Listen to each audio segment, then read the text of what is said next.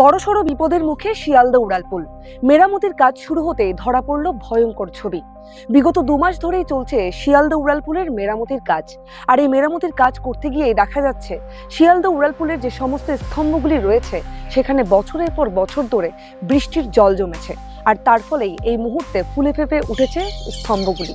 বিশেষজ্ঞরা জানাচ্ছেন এভাবে এই খারাপ পরিস্থিতিতে শিয়ালদা উড়ালপুল চালানো হলে বা চলমান রাখা হলে বড়সড় ক্ষতির মুখে পড়তে পারে গোটা শহর।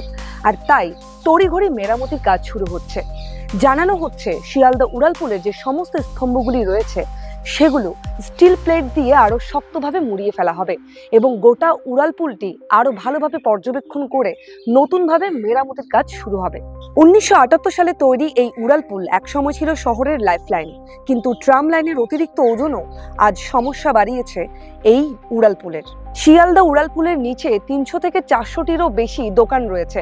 প্রথমে ধাপে ধাপে 40 থেকে 50টি দোকান সরানো হবে, এরপর ধীরে ধীরে এই কাজ শুরু করবে প্রশাসন। শিয়ালদা উড়ালপুলের মতন ব্যস্ত সড়ক বন্ধ থাকবে মেরামতির কাজের জন্য, তাহলে কোন পথে যাতায়াত করতে হবে এই নিয়ে ইতিমধ্যে প্রশ্ন উঠছে।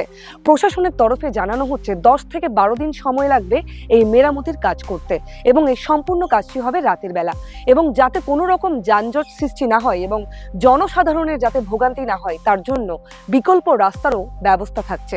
প্রশাসনের তরফে জানানো হচ্ছে যদি এই মেরামতির কাজ সম্পূর্ণ হয়ে যায় তাহলে 40 থেকে 50 বছর চোখ বন্ধ করে সুন্দরভাবে চলবে এই শিয়ালদা উড়ালপুল।